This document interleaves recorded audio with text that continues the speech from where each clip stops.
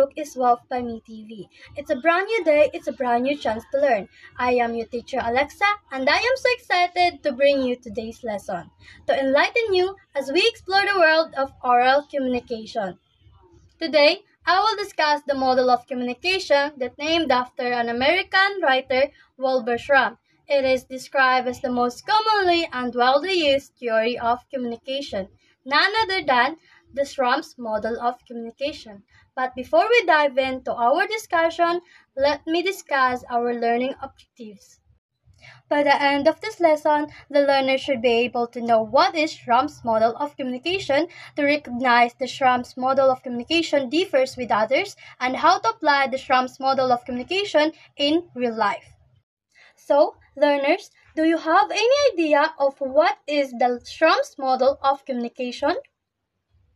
So, the Schramm's model of communication, developed by Wilbur Schramm in 1954, is a circular process of communication, just like the transactional model of communication, where the sender and the receiver could be an encoder and the decoder at the same time. Unlike the Shannon and Weaver model of communication, that it has only the sender and the destination, or the receiver, that the receiver is forbid to reply or to have a feedback. So now that we already know what a Schramm's model of communication is, let's recognize how Schramm's model is different with others' model of communication. The Schramm's model of communication is different with others because it has an added element that is called field of experience that recognizes the individual's knowledge, belief, and past experiences. The Schramm's model of communication is effective because it needed to understand the receiver and the sender's field of experience. Without it, the communication won't end up well. This is why the field of experience is important for both parties. In order to communicate well, in order to have more successful outcomes of communicating, the two must relate to each other. So now, let's apply the Schramm's model of communication.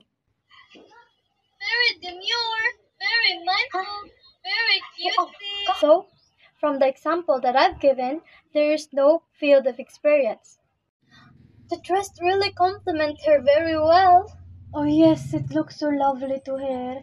It really suits her too much. Oh. For the second example that I've given, it shows the field of experience, simply because they relate to each other.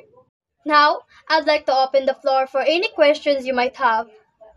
Clarifications, problems?